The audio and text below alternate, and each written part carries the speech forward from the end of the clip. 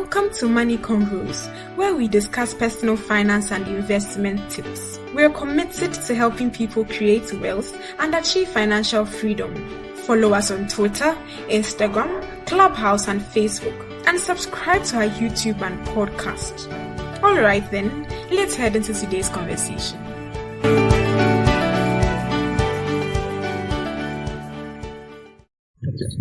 Hi everyone. Thank you for joining today's conversation. We'll start in a moment. We're going to be talking about national service, helping a whole discussion about your first job experience for people in final year. I think this is a good time to get started, so we'll start in a few moments. Right, Dennis, I'm inviting you up. Accept the invitation and let's get it started. Okay, hi everyone. We're going to get started. Today's conversation is about final year, things that you are thinking about, people will be thinking about in their final year, that's getting their first job. And in Ghana, the norm is trying to get a national service placement. Many people end up with the government. Some people in really good positions, some people not in so good positions. So we are doing a 2-part series. Today we are talking about how to land a good placement, somewhere that would be in your favor. Another thing we are also looking at today is the kind of hard and soft skills that would help you to excel in those, in wherever you get placed, all right? And also trying to prepare you for life beyond the first year of national service, trying to make sure you get retained, or if you don't like where you are or there's no opportunity to stay there, how to get a new place. And then on Sunday, we'll have a second conversation. That's the second part, and we'll be talking about how to grow in your career. I think we'll be talking about things like mentorship, things like how to manage your relationships in the office, networking, and all that kind of stuff. Just things to make sure that you can manage your career moving forward. I know we asked Dennis to invite a lot of final year university students, so I can see some new faces in the audience. I would encourage you to request for the mic, join us up here if you have any questions, and let's make it an interactive discussion if possible, so that we can answer questions that may be on your mind. Sarah, welcome. How are you doing? Hi, Elikem. I'm good, thank you. How about you? Hello, everyone. Charlie, I'm good. I'm so tired right now. I just finished a 6-hour drive, so I've arrived at my destination. It's been 27 hours of driving in the last couple of days. So yeah. Anyway, so Mimi, I can see you in the audience. Please do come up and let's engage on this topic. Sarah, I know this topic is dear to your heart. In fact, you got us started on discussing this. So I'm curious. I know it's been many years, right? But can you cast yourself back to when you were in final year? How did you feel? What are some of the thoughts that were going on in your head before we even start with the specific tips? Hey, Elikem, the way you are saying that I should cast my mind back there is like, I'm very old, please. Oh, our one and only rich auntie. I'm not that old. I'm very young. I'm almost a Gen Z. Hey. Okay, then I'm already Gen Z. So, I honestly don't even recall. I remember, let me attempt it. Level 400, you were anxious about what next.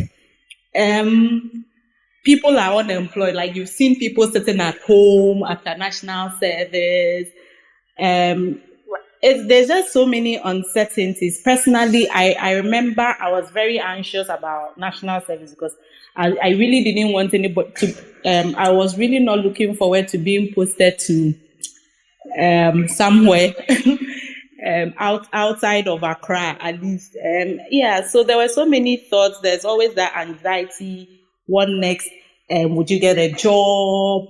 Will you be able to sustain yourself financially? Like, are you now an adult? Like, so many things to think about. Okay, so many things to think about. Interesting. Sarah, you ended abruptly. If you didn't intend to mute, you've muted. But yeah, okay. Mimi, welcome upstage. How you doing? Hi, Elikem. I'm good. Nice. So, do you remember your time in university? How are you feeling right about this time? I think for me, my last term, I think I had to work. We had a term, like that term you had to do an internship. So I tasted the world of work. So I didn't I don't remember. And I had finished my project work too. So that was some relief. It was nice to finish school and, go back. But after having the experience of working, it wasn't a very good experience. So I wasn't too excited about the next chapter. My whole prayer topic was not to end up where I was at the time. And so I don't know if we started talking about what we did before NSS, but let me end it here. I'm sure you ask me another question and I'll share the rest of the story. All right, sure. We'll get into that in a moment. So for me, just a few years ago, not as long ago as other people, I'm not saying you, I'm just saying, a few years ago when I was in final year, I guess for me, life threw me a bit of a curveball. I'd wanted to do law, ended up doing business administration. And then I was clueless what it was about. But someone told me you can always be an accountant. Real quick, first 2 years, or first go at accounting, I realized that, yeah, I may be good at this, but I don't want to spend my time doing this thing. So trying a lot of things. And just after third year in the long vacation, I was thinking a lot about these things. I had done many internships, so I guess I had options that I could return to, but those weren't necessarily the best options that I could get. I had some sense of confidence because, I knew my abilities. All I wanted was just someone to give me a chance and put me in the right place.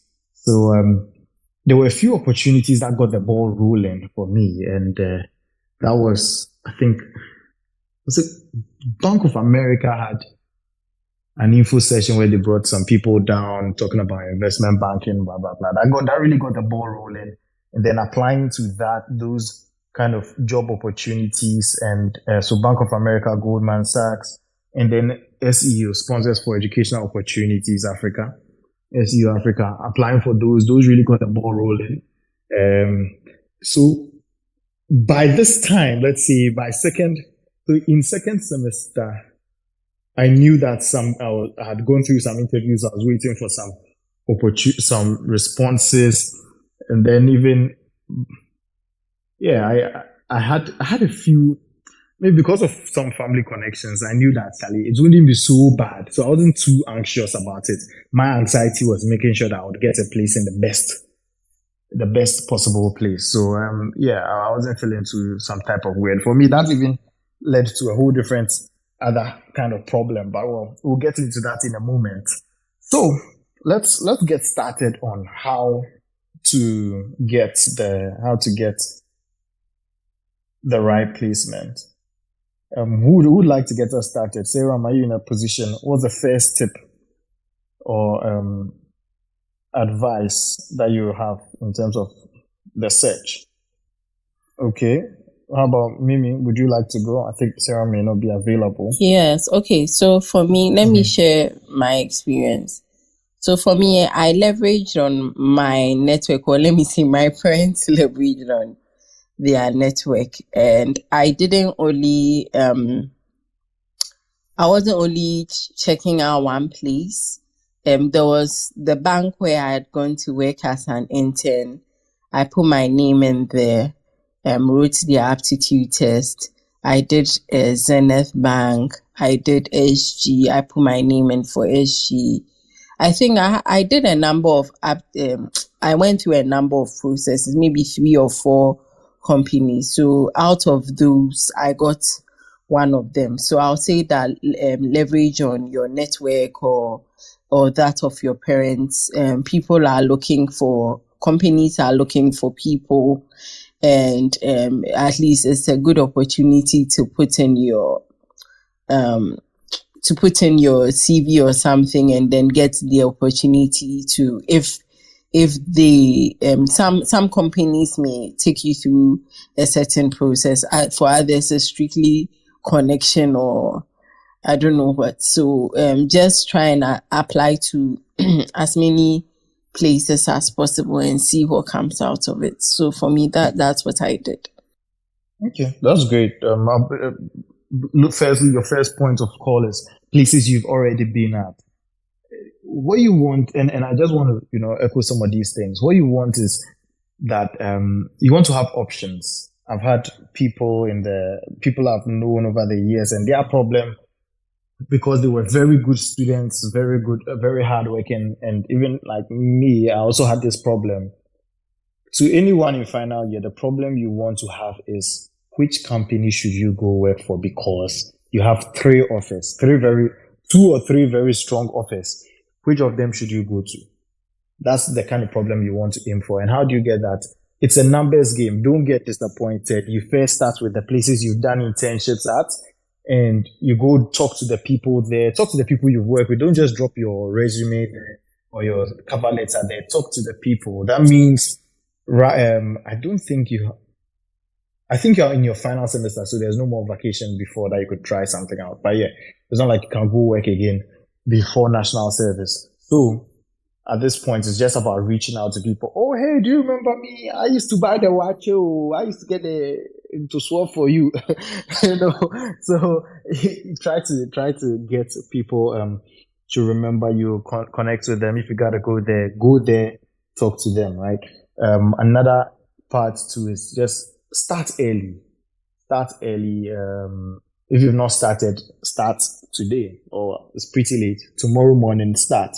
And so to get us started, I think we could, in fact, before we get to the actual materials you need, Mimi mentioned another thing, your connections. Sometimes it's your family. Just you go to church, mention to this person, I'm about to finish school. Of course, it would be awkward if you have to put in so much pressure, but you'd be surprised at how somebody may think of something. So just ask. Don't be shy. Tell somebody. You have to tread a fine line. You should have built some social capital with some of these people. There are certain people who move mountains for you because you've done some things for them before. You've been a good nephew or good niece to them. You've just been nice. You've just been polite. There are people like that, so they want to move mountains for you. For other people, understand the social capital you have. And if you don't have a lot of leverage with them, maybe don't push it too hard. Just mention it. If somebody says, you dress neatly and all that, you ask people to talk to other people, the connection thing. That's really how people get a lot of jobs in Ghana. It's your connections, right? Your family is a good place to start. School, lecturers, talk to some of these people and you'll be surprised at what they'll get for you. Okay. Sarah, how about you? Are you back with us? And Paulina, if you're in a position to join, please do join in the conversation. While we wait for Sarah. Okay, Sarah, are you available? Yes, please. So maybe I missed the question, but I'm guessing it was how I secured my national service. Yeah, you could blend it with your experiences and what you are seeing now. What are you seeing is working for people, especially from the point of view of you being a manager and all. Okay, yeah. So I think I align with what Mimi said. For me personally, it was on leveraging personal relationships. and also knocking on doors, places I had interned with during my uni days. So I did put in a number of applications, and I leveraged on family and church, because my church had a lot of people there. So relationships at church, because I was very active in church. I was an usher, I was in guest service, I was all over the place. So you get to build, I would say, good relationships with some of these people. And so that's how I ended up interning at where I got, getting my national service. So it was on relationships. However, now, yes, it's no longer who you know, it's who knows you, because you can know somebody and the person may not necessarily know you. So there are still ways to go about it. Again, we've talked about church. Like most people, some churches have a lot of CEOs in there, and people in management. Is about identifying these people, striking a good relationship with them. You are not necessarily you don't greet them and all of a sudden you are going to the person for posting. No, you have to be very meticulous and intentional about these things. And also now, thank God for platforms such as LinkedIn. You can actually, what I know people are doing is they actually would reach out to HRs of institutions that they want to work with or have an engagement with. Reach out to as many as you can, and then they usually get a call back or something, because the worst thing that can happen is for the person to say no. And what do you lose by doing that? So that's one thing that people could do. And again, speak amongst yourself. There's a lady on the call, Mariama. She is a national service personnel where I work, and I was engaging her this afternoon, asking her how she ended up here, and she said, "Oh, she spoke to a friend who works with Bank of America, told her some time back that she should follow SEO, and at the time she had no clue what SEO was, but she followed, and now through SEO." She was able to secure her service here. So depending on the people you surround yourself with, the kind of conversations you have, because at a certain point in life, it shouldn't all be about having fun or conversations related to trivial things. You have to be very intentional about things. Yeah, thank you. That's great, Sarah. Talking to people. I want us to delve a little deeper into this LinkedIn thing. Sometimes, sometime 2 weeks ago, I wanted to connect a mentee who is interested in accounting with a lady who I used to work with. She's now in the UK with an accounting firm, and I asked her to reach out to that lady, the lady on LinkedIn, and she just sent a connection. And I was like, no, cancel it and send a connection request with a message. And that's important. Don't treat LinkedIn messaging like it's WhatsApp or it's you're chatting with people you know. No. Treat it as an email. Go straight to the point. Hello, how are you doing? I hope you are doing well. I see that your experience is in this and that, and I'm also interested in this as a final year student studying this and that. I would really like to, use some of, have practical experience in what I've studied in a related field, blah, blah, blah, blah, blah, blah. I would be interested to know if you have opportunities for national service or internships in your firm, and how the process to go about getting these opportunities. Something like that, straight to the point. So when the person opens your message, it's not now that they are waiting for hello, how are you? Then you go and back and forth. They are busy people. They open it, they see what exactly you are talking about. They go through your LinkedIn profile. If it's interesting to them, they do a callback, or they send you a message, or they send you a link, or they send you an email address. Okay, send your resume to this place with this link. So what does this say? Your LinkedIn needs to be on point. You need to go clean up your LinkedIn. Make sure you have interesting, you don't have any funny pictures there. In fact, I encourage you, go on LinkedIn right now and just look up the names, or I see, okay, Serum has a full name here. You can look up Serum's profile, take a good look at how it's laid out. Look at people who've been, prominent people who've been working for maybe 5-10 years. Look at their LinkedIn profiles. That'll give you a sense of it. I hesitate to say go on Google and search how you should make your LinkedIn. Okay, because sometimes I see some really weird things out there. But you know what? You can do that and ask an older person to just review it for you, and that would help you with regards to reaching out to people on LinkedIn. So now that we've started speaking about LinkedIn and actual content, let's look at some of the materials that convey information about you. Right? Let's start with, I know that these companies would request for a resume, a cover letter. They would probably ask for your transcript. So keep that, get a copy, keep that in handy.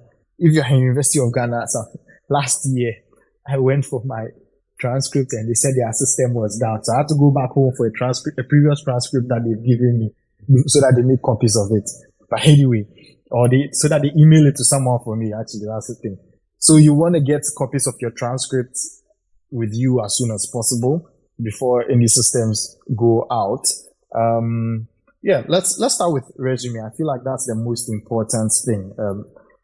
Mimi, what do you like to say about resumes? I know there are many templates, but perhaps you can just give high-level pointers on these items.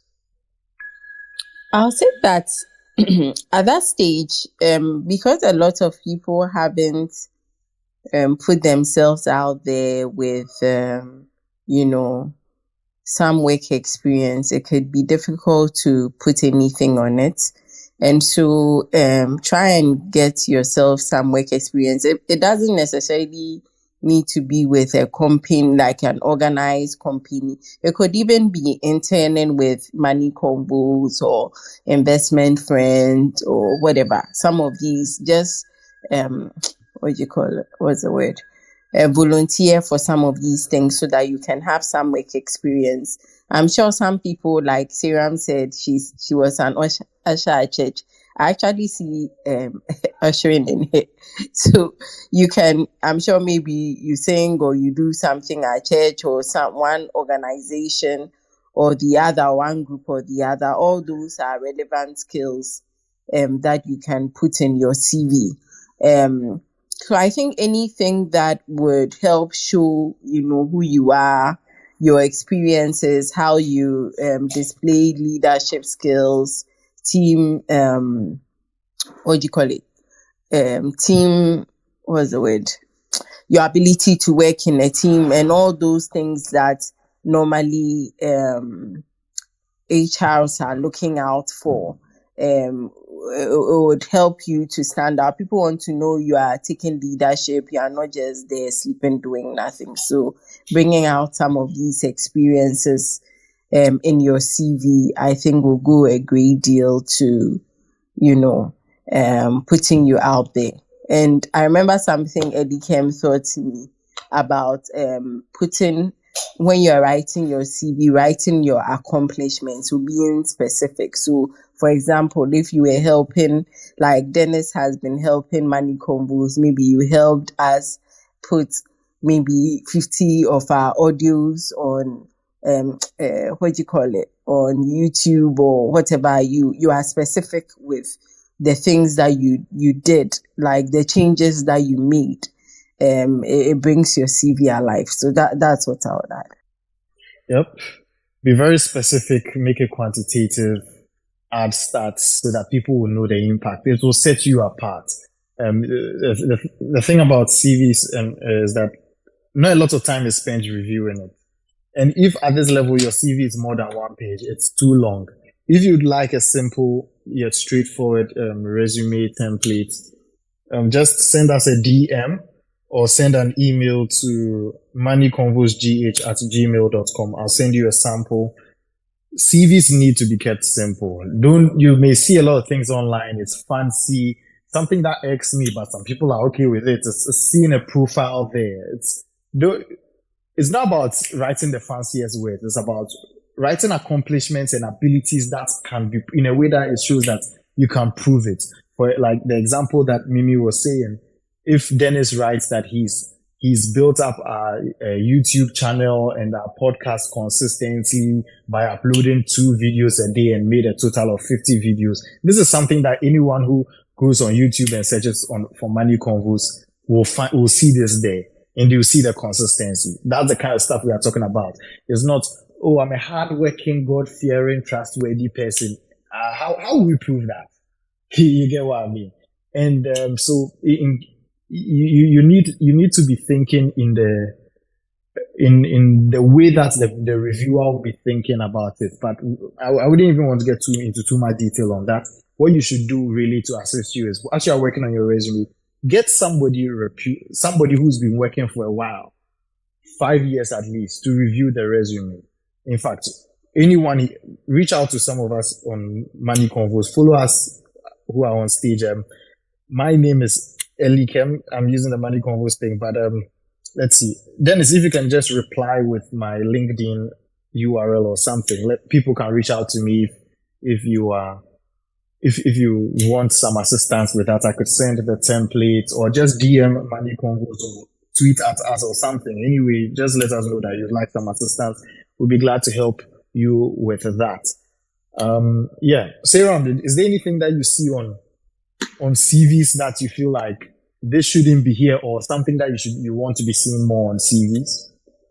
Okay, so yeah, I just wanted to add something that sometimes, especially at this stage where you, as Mimi said, you may not necessarily have a lot of work experiences.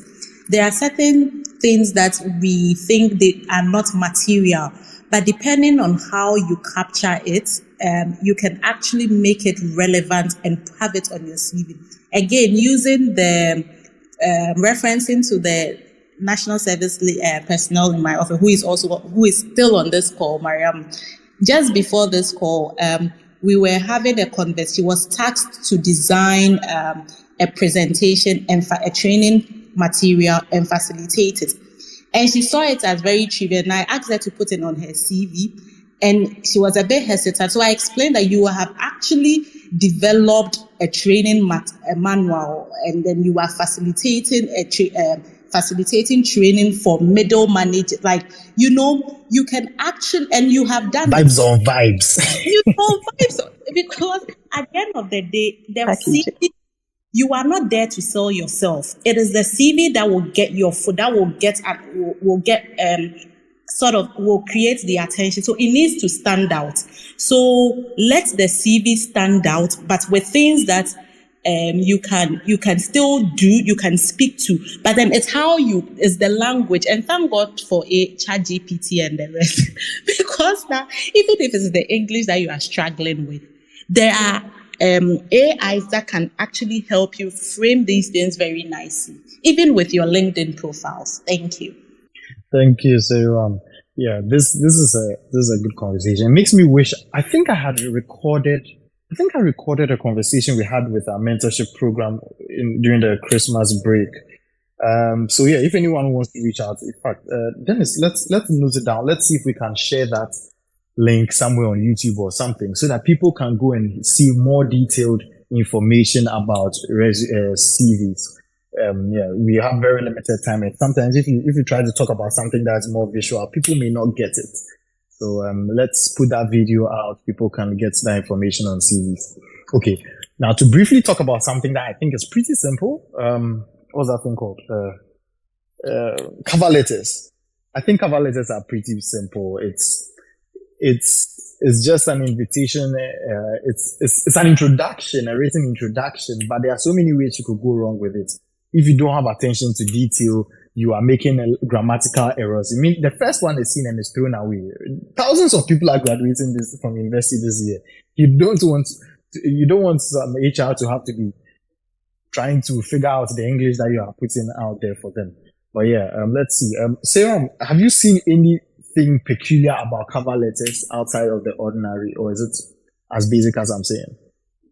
No, I think it's as basic as you are saying. It's the issue usually are with the grammatical errors and then the punctuations and the wrong use of these punctuations. So obviously, once those things are seen, it is immediately shelved somewhere. You don't even bother to even go and look at the CV. So yes, it can make or break you. Mm-hmm. Mm-hmm. Yeah. Interesting. And that just kind of leads into the next part of what we are going to be talking about, which is hard and soft skills.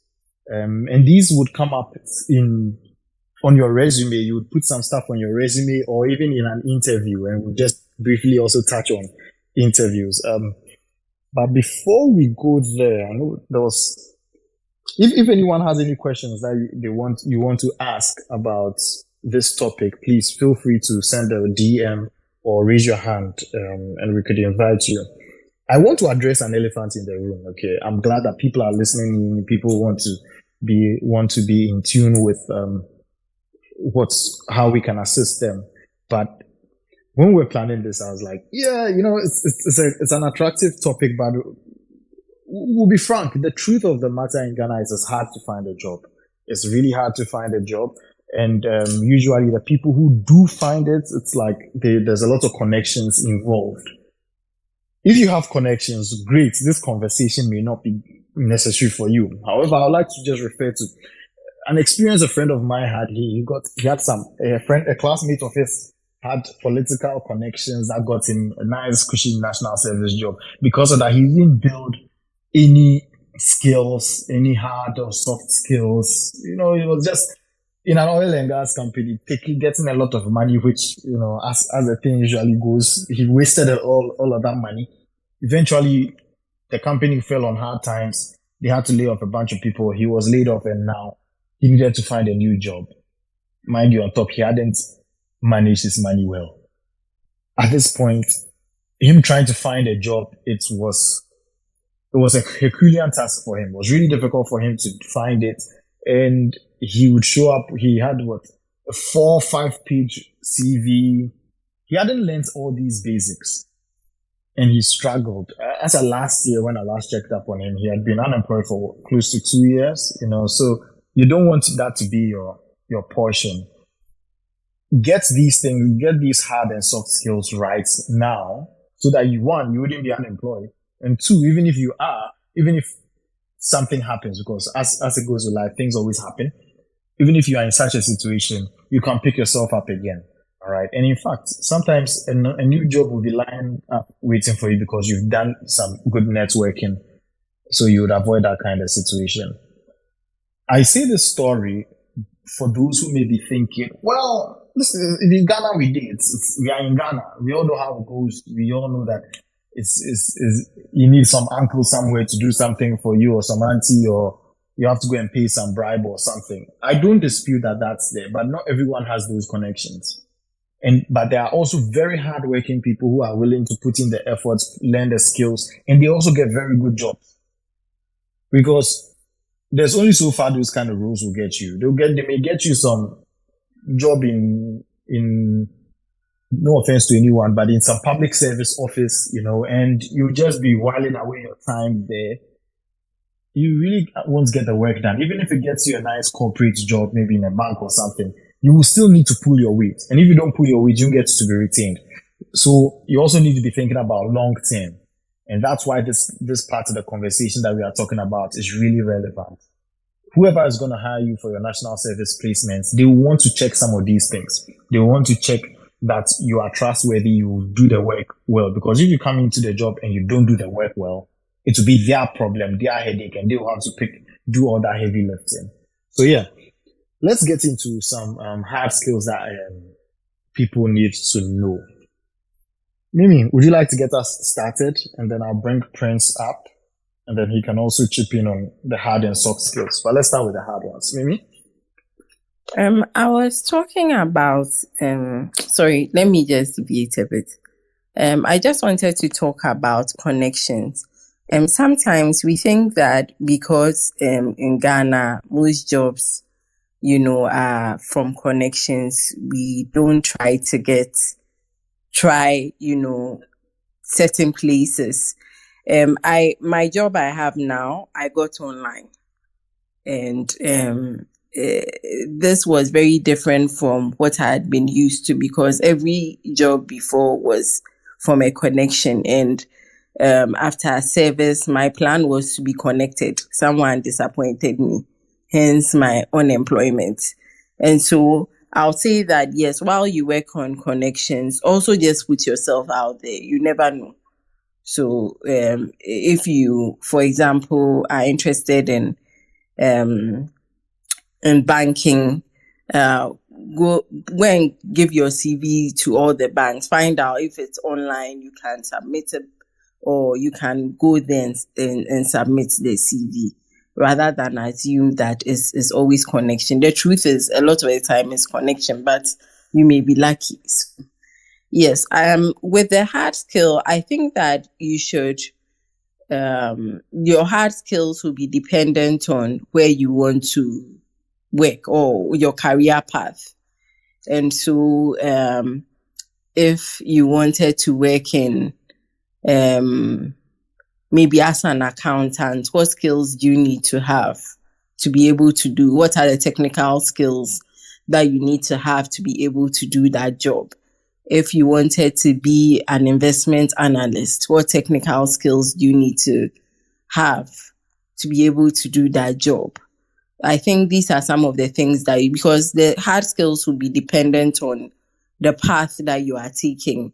Of course, what a doctor would need to be able to secure a job is different from what a caterer will need. So you need to be able to identify your career path. What role do you seek, or what do you think identify your career path, one, the companies that you are targeting, what skill sets do you think they are looking out for, and how can you position yourself to be attractive. So it's dependent on your journey, where you are going, your career path. So that's what I would say. And that could be different if you know how to do financial modeling, but where you are going to does not require financial modeling. Yes, you have the hard skill, but unless you can use it for that job, it's quite useless, at least for that particular situation. So that's why I'll say find out what skill sets they require and then position yourself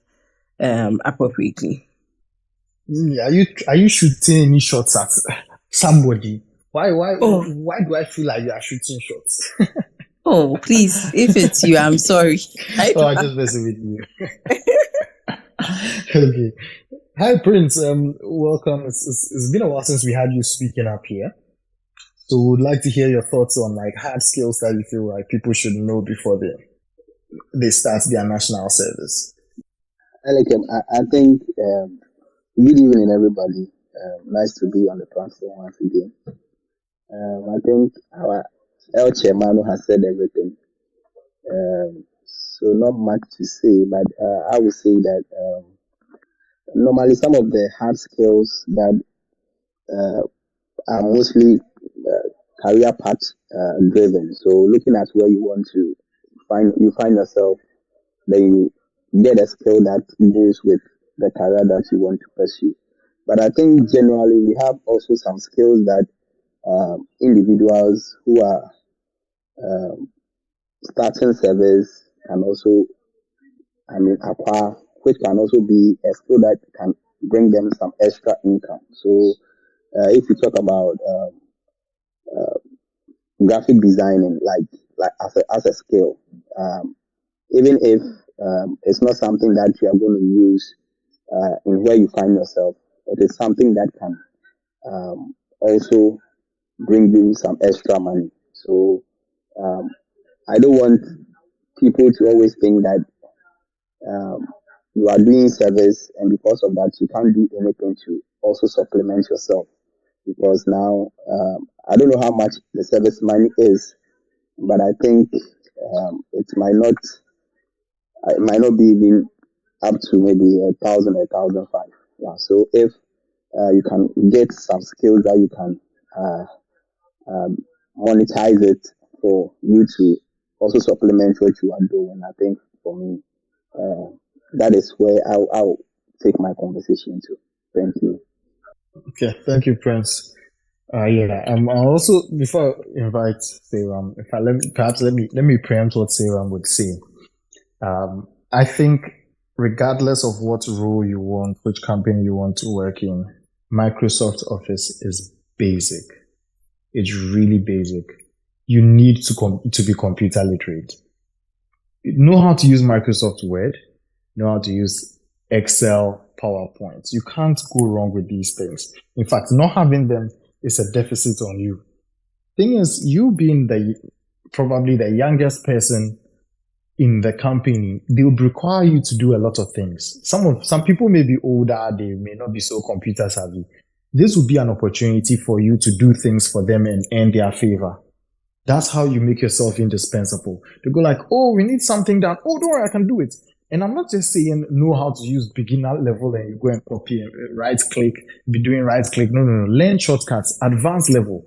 In this day and age, you can't be at intermediate level in Office. You just can't. You have to go on YouTube, look up some playlists. In fact, if you message me, I have some Excel videos. They may be for an outdated or an older version of Microsoft, but it's still valid. I just know that newer versions have more features, but you need to know shortcuts. You need to be able to use, if you are working in Excel or any of these Office programs, you need to know how to work even without your mouse. Maybe that'll be tough with PowerPoint, but these are skills you need to know. Chances are some of you, if you are targeting corporates, they would at a point require you to do a PowerPoint presentation. You need to understand PowerPoint design, how to use all those templates. In fact, these days, there's even a design function. You put your content in there and it just generates really nice design for your slide based on the kind of content you have. You have less work to do. You just have to master some of these things. And I dare say, if you want to go the extra mile, you need to look at some extra tools like artificial intelligence is a thing now. What are you doing about it? How can you leverage ChatGPT, Google's Bard and all those other tools to benefit yourself, to make you stand out? That's something you should be thinking about, you see. So I'd encourage you to get some of those hard skills. If you are going to work in finance, Microsoft Excel is non-negotiable. And some of these things, when you go for interviews, it will come up. It will come up when you are going for interviews.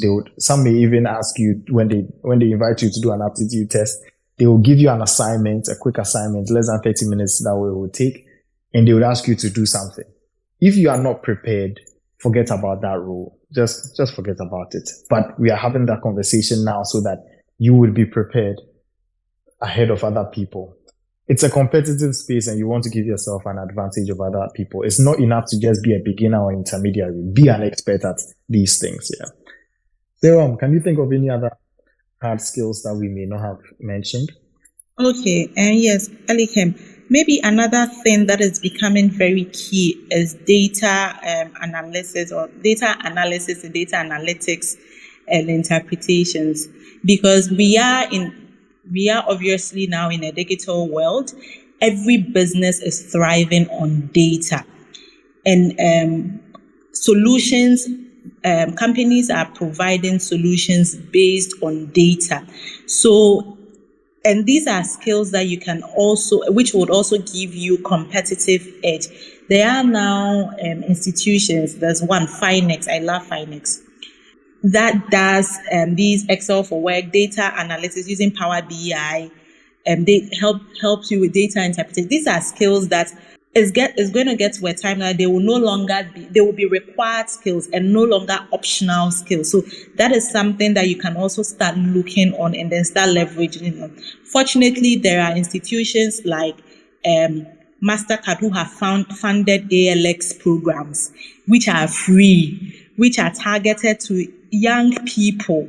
So, and they are teaching a lot of tech skills because, again, they believe that the world, very soon, Africa will have the largest, youngest population and would have to drive solutions for globally. So they are training people in tech, like data science, data analytics, cloud computing. These are things that, especially if you have time now, you are not married, you don't have children, you have time. It's the right time for you to take advantage of these opportunities and leverage on these skills and do hard things.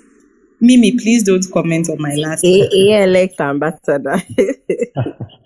Yeah, serum is turning it up a notch. But that's the spirit. That's the kind of spirit that you should be having, not just doing basic things. Many years ago, 15 years ago, if you knew how to use a computer, you'd be indispensable. Everybody will come to you to type their stuff for them. Now almost everyone knows how to type. What kind of advanced stuff are you doing? That's the kind of stuff that if you know how to do, you can put on your resume that, hey, I do this and I do it at this level of proficiency. Someone will be more curious about you and want to invite you for a call or an interview. These are the things that will make you stand out. Okay, so speaking of attitude, let's move on to just before you move on. There's a Finex I mentioned, right? So they have a student at UG at business school. They actually run a student program where they train business, not just business school students, but then level 100 to 400 students equip them with Microsoft Excel skills, Excel financial modeling, analytics. They do all this for free. So if you're at University of Ghana business, you can act. I would share. I'm sure Dennis, you should know about this, but I will tweet the name and then you can check them out and reach out to them if you're interested. Thank you. Oh, that's interesting. In this day and age, there's so many resources. You hardly have an excuse. So look sharp. All right. So switching over to the soft skills. Now this part is my pet peeve. Like, okay, let's start with the interview. Then we ease into the soft skills that people would be working with. Let's say you've advanced, you've gotten to a point where somebody wants to invite you to an interview. I feel like this is a good time to talk about interviews now because the interview really gauges a lot of your soft skills. If you're going to have 2 interviews, they usually call the first one a behavioral skills interview or a behavioral interview. It's about all your soft skills, trying to see if you're a good fit. Yeah, you have good character. And then after that, if there'll be a second one, that may be a bit more technical. At this level, at your level, nobody expects you to be an expert. There is just certain values that they are looking for so that they can know that, okay, over time, they can improve that because anyone can be taught pretty much any hard skill. Anyone can be taught that. But soft skills, not a lot of people have those kind of values, those kind of soft skills. So let's see. Adam, would you like to get us started on some of the soft skills you look out for in young people? Hello, Okay, Adam. Hi, Adam. Okay, yeah, good evening and to everyone. Yeah, for me personally, I look out for teachability, like how people are able to learn. You know, some people are very difficult to teach, and some people also come on board. And because once you are at that level, you need to be open-minded and ready to learn, especially the fact that you've gone to school and come out with a degree does not necessarily mean you know everything in the workplace. So that kind of ability to learn and take instructions and also see to tasks to be completed without necessarily being micromanaged in a certain sense. People who are not like they need constant supervision in terms of doing their work. It's very important to me because you want to be able to free up space to be able to do other things. So if you get somebody who comes on board and then it's like every step of the way you need to be following up on what they are doing, then it becomes a big problem. So one thing I look out for all the time is people who are able to learn and be teachable and then be able to work within and take instructions and then work within the framework. Great. Thank you, Adam, for that. I just want to harp a little on the teachability. It's about giving and receiving feedback. Many times I see people wait till the end of their national service. I don't know how the calendar is now, but I think it usually officially ends with a break in the month of August. So by end of July is when people are now asking, will I be retained? No. You start working. Ask whoever is your supervisor, how am I doing? Week 1, how are things going? Maybe week 1 is a bit slow. By end of the first month, ask them, so how am I doing? Whenever you are given a task, ask how you compare with the average. Are you doing better than they expected? How can you improve? All of that. And when people are giving you feedback, take it well. You need to be humble enough to take it well, because I can guarantee you, whoever has GPA of 3.99 or 4.0, if it's possible, they can't be as good as somebody who they can't be as good at doing the actual work right from the get-go as somebody who's been doing it for 10 years, 8 years, or even 7 years. There's some level of experience that comes to doing actual work. And how do you gain these experiences? People will have to give you feedback. And don't sit around waiting for them to give you the feedback. Be proactive, ask. So as you keep asking this, it even shows that you are teachable. They don't have to come to you and have an uncomfortable conversation. Giving feedback can get really uncomfortable. People don't want to do that. So just open yourself up, request it, and let people give it to you. Don't make excuses. Just say, okay, I hear. You practice it. They say, try this. You go try it. You come back and tell them, oh, hey, I've tried this. How is it working out? Is it good enough yet or not? That's the kind of thing that you should be doing. All right. And you want to, in your interviews, demonstrate you've done this by saying that, oh, well, yeah, during my internship, I tried a few things. Learning things were a bit difficult, but I kept going back to people and they kept helping me improve. That way in your interviews, you are communicating to people that you have this skill already. And it's also related to networking. We say have connections or network, but what are some of the conversations you're having with the people you're networking with? Sometimes you won't even be invited for an interview for a job, because every time the person has an interaction with you, they learn stuff about you. So they ask you, how is school going? How are your experiences? Now, as you're talking to people, be tactical about the kind of information you give them about yourself. Let them know you are going through some experiences, you are improving. See every interaction you have from now till you graduate or till you get a job as a way that you're having an informal interview. Communicate your values, communicate the things that you've done to show that you have these soft skills. Okay. Still continue on with soft skills. Who'd like to go next? Me. Okay. And some good stuff, Charlie. The way the me came there. All right, hit us, Mimi. Okay, so I'm just looking at it in terms of people I've led and what I personally like, and I'm sure other leaders would like as well. I like people who, number one, take initiative, show some passion and excitement about the job that they're doing, have team spirit. They want to work with the team. Now, this, I don't know if this is a soft skill or not, but excitement about the job is very important. I remember, I feel like that's a mistake when I made when I was doing my service.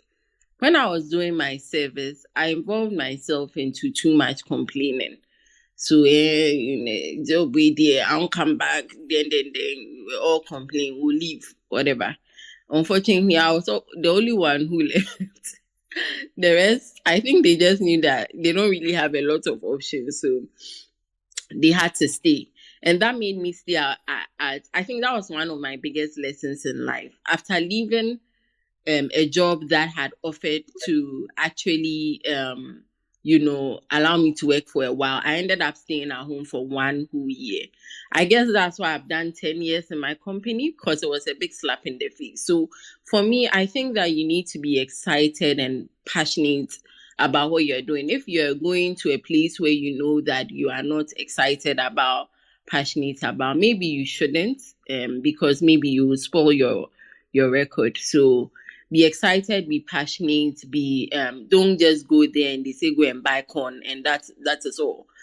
Try and see, okay, what are the processes? Is there anything that I can help to improve? I think that's how you leave your mark. And I think you should be very good with relationships. I remember during my service, the person that stood out were 4 people in the branch, was one lady, and she was very friendly with the bosses. She had this nice smile, would be laughing, and when an opportunity came up, guess who they called? They called her, because at the end of the day, she's the one they could remember. So I think having a very pleasant personality. Me, when I was young, I wasn't the best person. I remember I didn't used to greet people, like I'll cross I won't greet, and these old ladies will be annoying. I'm like, sweetheart, what's your problem? And years later, I see a national service person doing the same thing, and I'm like, this is terrible. It's not a very good way. So just try and be pleasant with everybody. You'll be surprised. People will just remember you because of how pleasant and how nice it is. And don't have a negative mindset. That is this my father's job, you win man.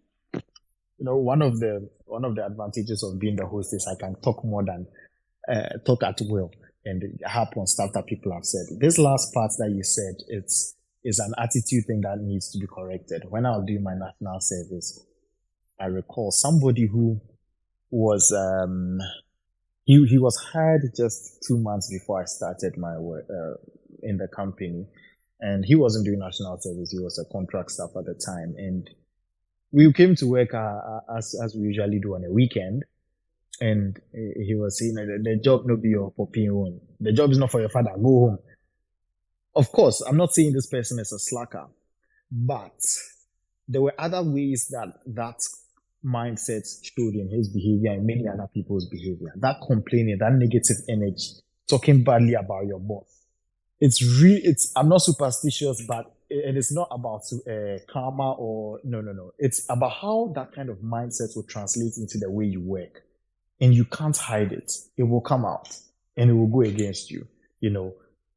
5-7 years down the line, I look at where I was in the organization and where that person was.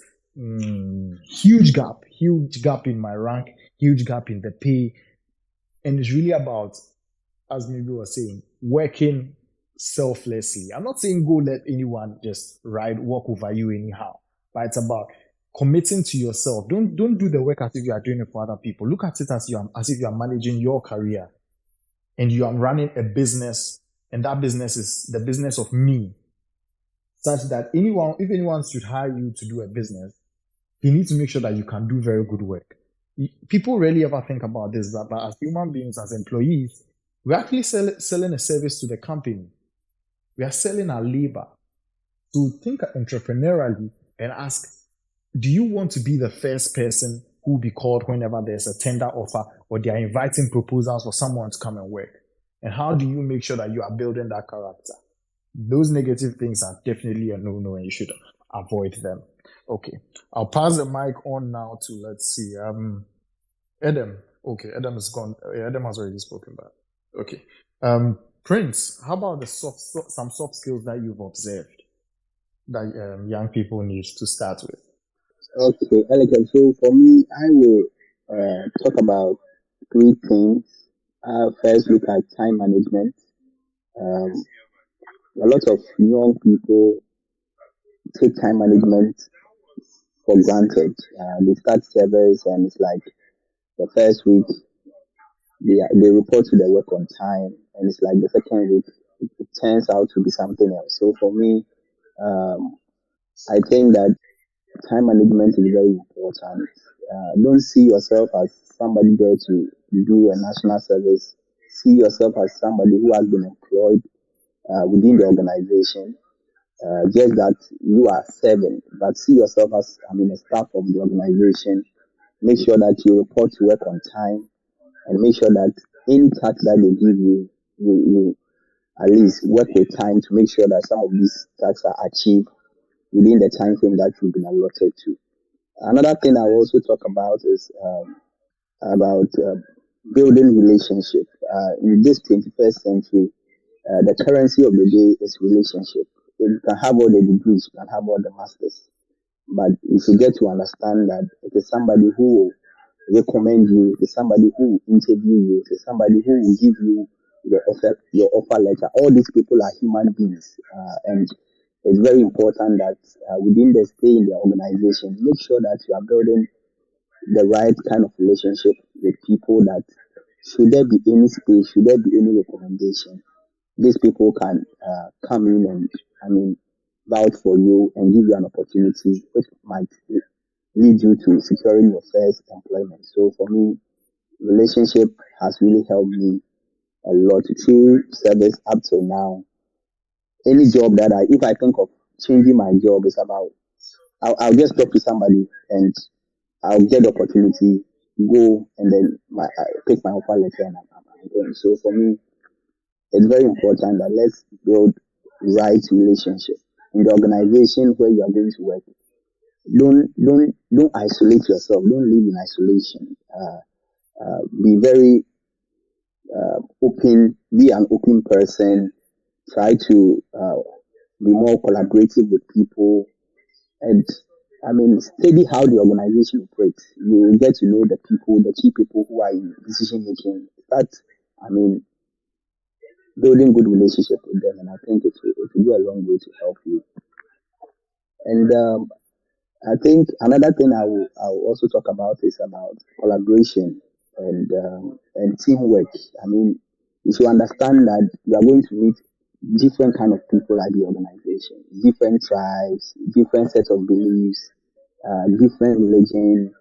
Um, Try to relate well with these people.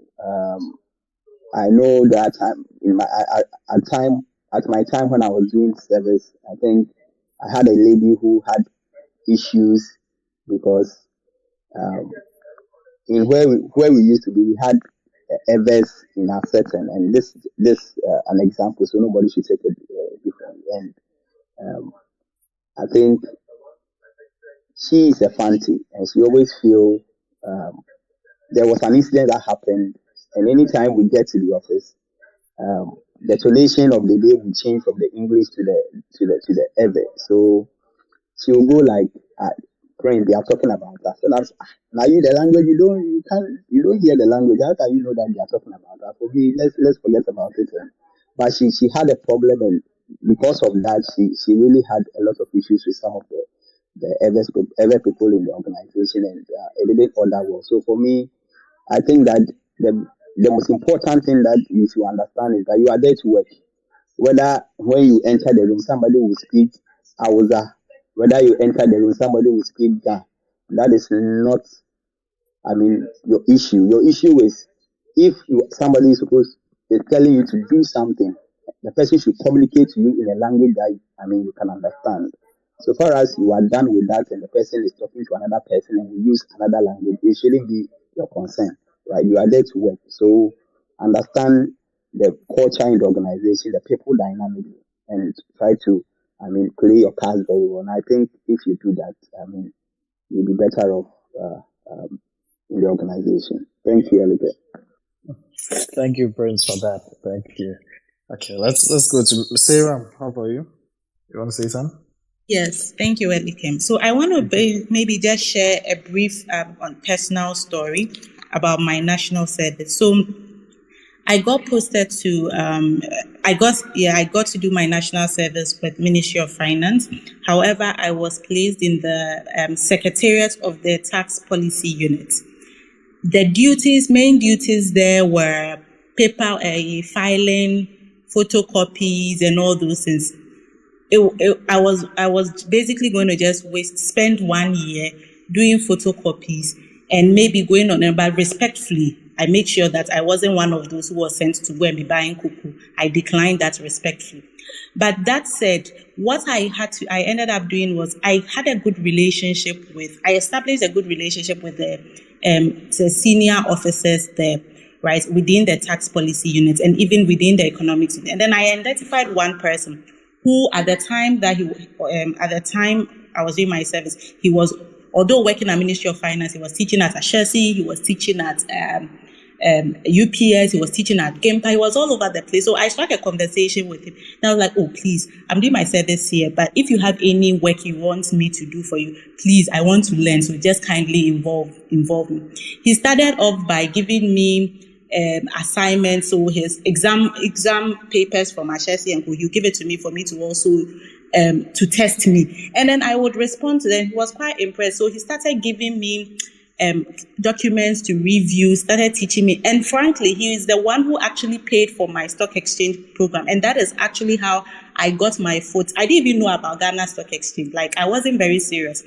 So I didn't even know that I had not even thought that far about looking for opportunities within the investment space. And that is actually how I ended up within the investment industry. So you need to be very strategic and intentional and leverage your relationship and have good relationships. Leave a good mark wherever you find yourselves. Thank you.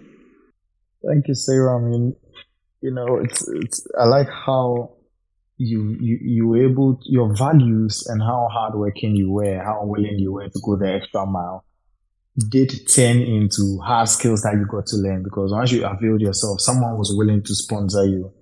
I hear a lot of young people saying that, oh, there's no money, no one is willing to sponsor me, no one is willing to help me, blah, blah, blah.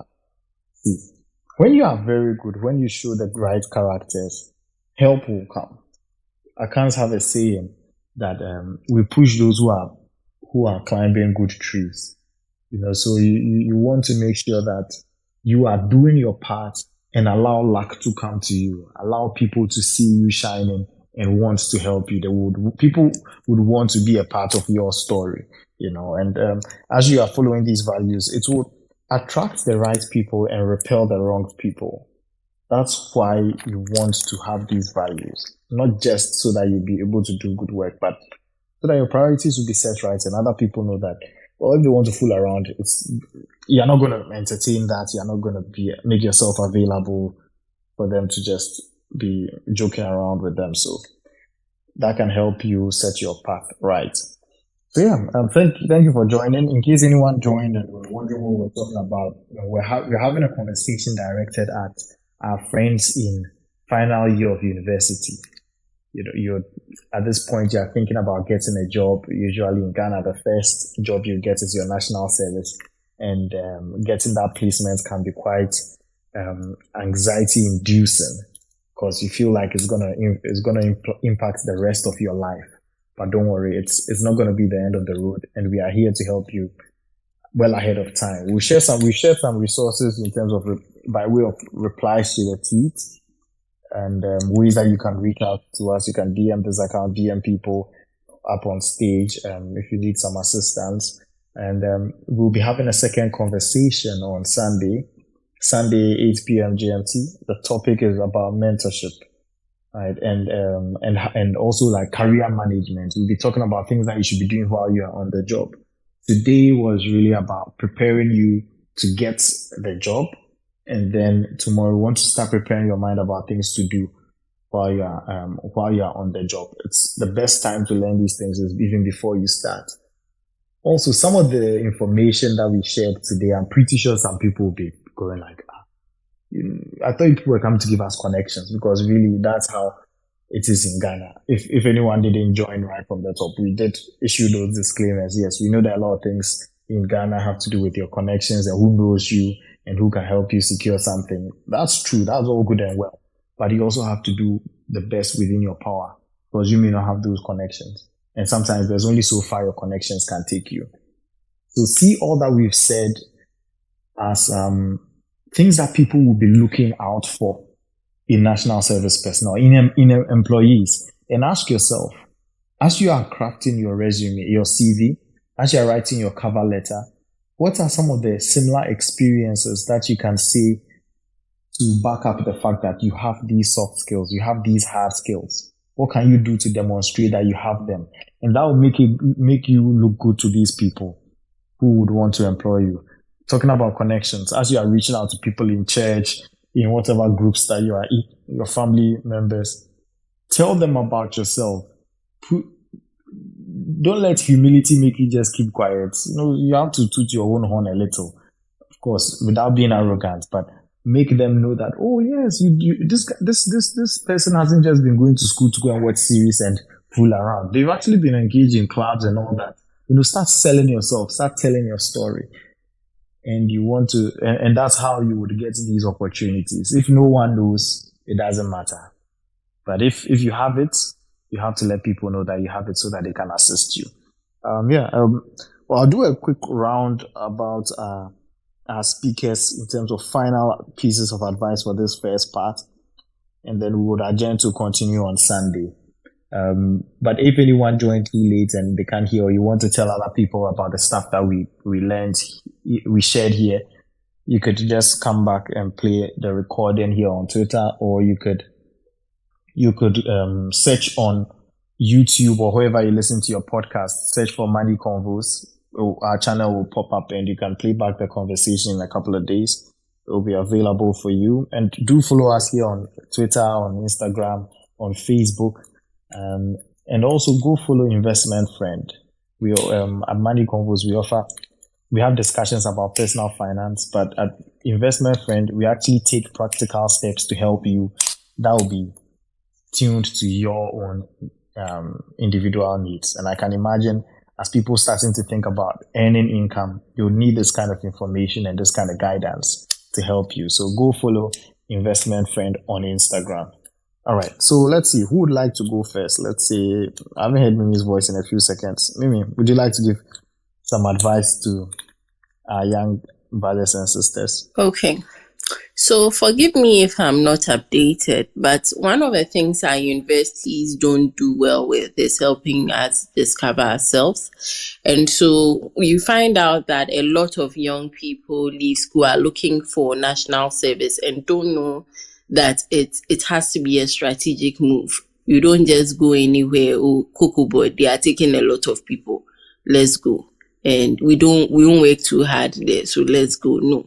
You need to think about your career path in its entirety. You may not have a clear picture, but you may have an idea of certain experiences you want to have. So at least the companies that you are targeting, especially if you have the opportunity, should help you be able to be exposed to those opportunities. I say this because last year I had the opportunity of guiding someone through. Her parents were like, why don't you apply to this? Like, doesn't an uncle sort you out with this, government of Ghana job? I asked her, what are you going to do there? She didn't know. What is their retention like? She didn't know. And so you are just going there. Remember, your parents were born in another era, and they may not know that government has frozen employment. Meanwhile, you yourself don't even know what you are going to pick up from that space. So why are you going there anyway? So I think that as a person, you should have a clear, have some kind of an idea of where it is you want to go, so that even if you have to deal with your parents, at least you can tell them that, this is what I'm looking to do.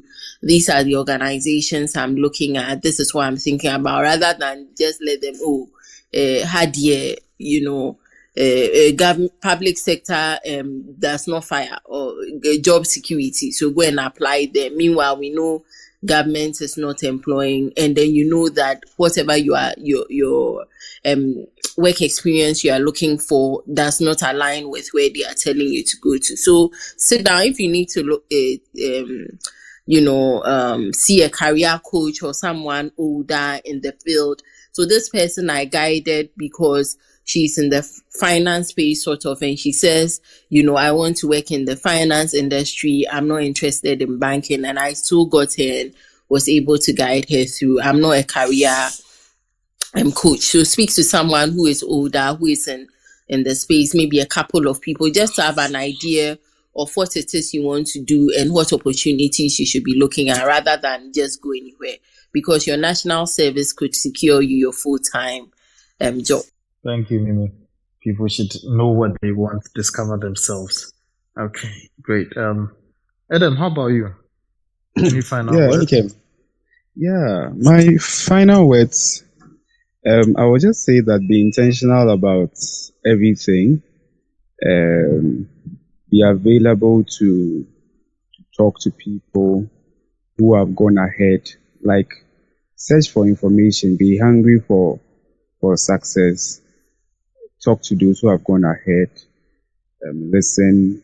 Just be aware of what is going on. Like, just don't be moving there and then just be looking at, what are just the latest trends necessarily, but include everything else regarding your career. Just make sure that you are hunting for all the information that will help you as you go forward, because what you don't know, it might be what will prevent you from getting to your next level.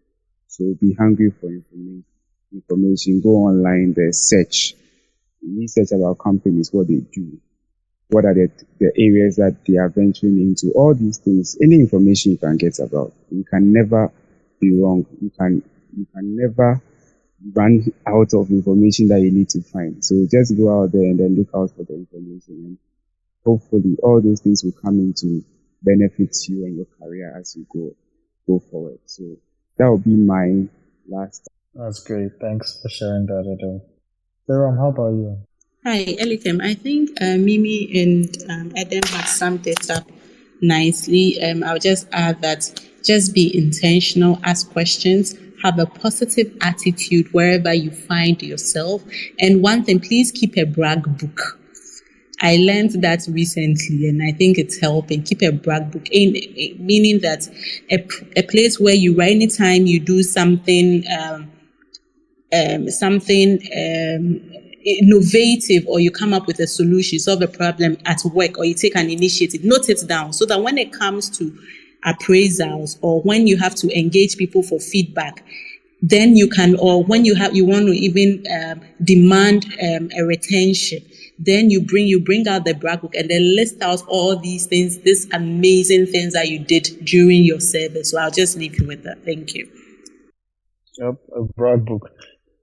Time flies, and in no time you'd have forgotten all the things you did. So keep that written down. What I used to do, especially since COVID or a little before that, was for performance management, performance review purposes. I used to note down everything I did every day. I had a notes. I used to use Google Keep for that, or on the OneDrive when it was too long. Every single activity I did in the day. So when it was time for performance review, I always went back and referred to the staff, and things came to me easily rather than wait 6 months, 1 year to try to remember stuff. So yeah, keep your brag book in whatever form you want it. Prince, how about you? Any final words for our younger one? Okay. While we wait for Prince. Okay. Prince, Can you hear me? Yeah. So I'm saying I will leave us with the saying that we should stay excited so we win. So that is what I'll end my today's with. Thank you. All right. Thank you, Prince. For me, what I'd say is hard skills are good. Yes, hard skills are good, but I feel like my engagements with a lot of young people, or the young people I've engaged with over the years, I've realized that we really lack on the soft skills, we lack on the values. There's a certain sense of entitlement, and you need to get rid of that. Be positive. It's competitive out there, yes, but the cream rises to the top. Be the cream, be the one that people would want to chase you. There are opportunities like that. And how do you be the one that people want to find? You have to put yourself out there. You have to engage with people. You have to try some stuff. You try stuff, you fail, but people would always acknowledge your efforts. All right. And in this process, as you are trying to find a place, it's a numbers game. Put out a lot of good efforts. Hit a lot of organizations with requests. Try to follow up. Try to talk to your connections. Try to talk to as many people, because the problem you want to have with regards to national services, you want your problem to be that you have 3 options and you don't know which one to go with. That's the kind of problem you want to have. Not that they've gone to place you in some faraway village teaching some subjects you don't like. That's not the problem you want. So you got to put in that effort and just get it done. Okay, no excuses. That's really what you should be telling yourself. Okay, all right. So that's a wrap for today. We hope you've been able to learn some things about how to prepare for the process and things that would set you apart from other people who may not have this information. On Sunday evening at 8 p.m. GMT, we would have a conversation about managing your career, things like mentorship. Those are things that people don't start jobs and they don't know about them. It's good that you know these things even before you start, so that you know what to do on day 1, you know what to do on day 5, at the end of the first month, you know all these things that you should be doing. So we look forward to seeing a lot of you back here. Go follow us, and also Investment Friend on Instagram. And we shared some links as replies to this Spaces tweet. Just know that you could use those resources anywhere you in any way you want. Reach out to people reach out to people who can assist you, and they will be willing to assist you. So yeah, thank you all for coming. Thank you, our speakers, for willing to share your knowledge with us, and we hope to catch you all on Sunday evening. Good night and goodbye.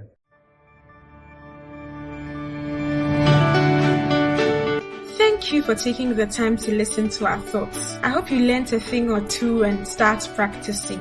Don't forget to follow us on Twitter, Instagram, Clubhouse, and Facebook, and subscribe to our YouTube and podcast. Do tell a friend about Money Convos so we all become wealthy together. Talk to you soon. Bye.